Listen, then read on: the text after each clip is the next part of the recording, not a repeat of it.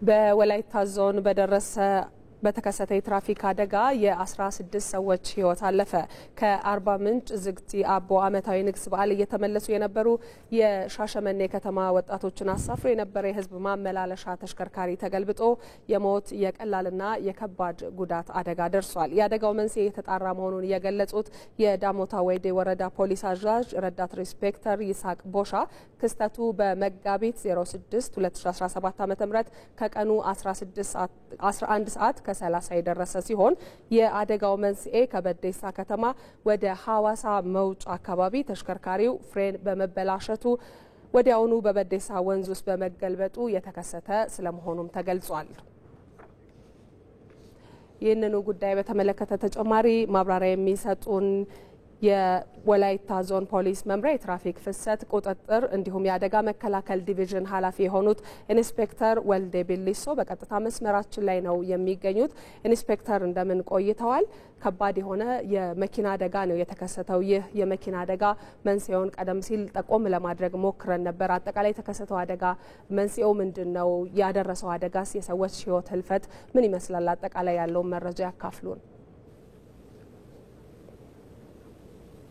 እሺ አመሰግናለሁ። እንግዲህ ይህ አደጋ የተከሰተው በቀን 7ኛ ወር 2017 በእኛ በወላይታ ዞን ክልል ውስጥ የሰሌዳ ቁጥር ኮድ 331157 ኦሮ የህዝብ ማመላለሻ ኤፍኤስአር መነሻውን አርባ ምንጭ በማድረግ ወደ ሻሸመኔ ሲጓዝ የነበረው በወላይታ ዞን ክልል ውስጥ ዳሞት ወይዴ ወረዳ ላይ በዴሳ ከተማ በሚባል ቤት አካባቢ ሲደርስ በደረሰው ተሽከርካሪ ቴክኒክ ችግር የፍሬን ችግር ነው ያጋጠመው። ተሽከርካሪው ከአሽከርካሪው ቁጥጥር ውጪ በመሆን ሄዶ ድልድዩ ላይ በመግባት በመገልበጥ አደጋ ነው አደጋው የደረሰው። አጠቃላይ በዚህ አደጋ የደረሰው ጉዳት ሞት፣ ከባድ፣ ቀላል በሚመለከት አጠቃላይ 16 ሰው ነው በዚህ አደጋ የሞተው። ከዛ ውጪ ደግሞ 19 ከባድ የደረሰባቸው ሰዎች አሉ።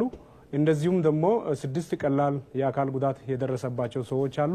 ያው እነኚህን አደጋው እንደተከሰተ አደጋው ላይ የተጎዱ ሰዎችን ወዲያው በፍጥነት አካባቢው ላይ በመድረስ እዛ አካባቢ ያለው የወረዳ ፖሊስ አምቡላንሶች እንዲሁም ደግሞ ከኛም ጭምር ዞን አመራር እኛም ተረባርበን እንግዲህ ከህዝቡ ጋር በመሆን እነኚህ ሳይሞቱ በህይወት የነበሩትን ወደ ሆስፒታል እኛ አካባቢ ያለውን ኦቶና ሆስፒታልና ክርስቲያን ሆስፒታል የማስገባት ስራዎቹ ተሰርተዋል። እንደ አጠቃላይ ያው 16 ሰዎች የሞቱበት 14 ወንድና 2 ሴት በድምሩ 16 ሰው የሞተበት ሁኔታ አለ።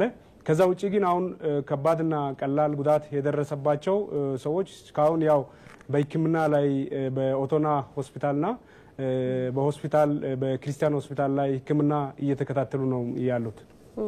እንዲህ ያሉ አደጋዎች ይደጋገማሉ ኢንስፔክተርና ምን አይነት ጥንቃቄ ነው ማድረግ የሚቻለው? እንዲህ ያሉትን አደጋዎች እንዴት መቀነስ ይቻላል ይላሉ?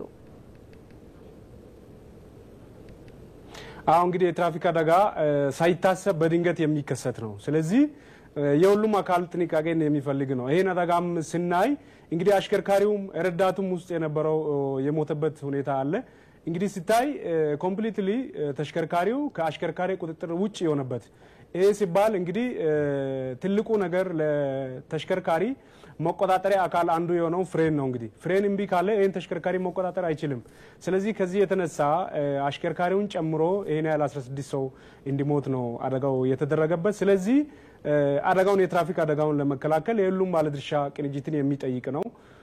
እንግዲህ እንዳየነው የ16 ሰው በአንዴ ነው አሽከርካሪውን ጨምሮ ረዳቱን ጨምሮ 16 ሰው የሞተበት አደጋ ስለሆነ የትራፊክ አደጋ ደግሞ የት መቼ ነው የሚከሰተው የሚባለው ነገር አይታወቅምና በተለይ አሽከርካሪዎች መኪናውን ይዞ ሲወጡ የመኪና ቴክኒክ ፓርቱን ከመነሳታቸው በፊት በደንብ ፈትሾ ይዞ ቢወጡ በዋናነት የሚለው መልእክት አለኝ። ከዛ ውጪ ሁሉም ባለድርሻ አካል ይሄን የሚመለከት አሽከርካሪውን ጨምሮ ባለንብረትም ጨምሮ ጋራጅን ጨምሮ ሌላ ባለድርሻንም የሚመለከት ነገር ስለሆነ የትራፊክ አደጋን ለመከላከል ሁሉም ባለድርሻ መወጣት አለበት የሚል መልእክት አለኝ።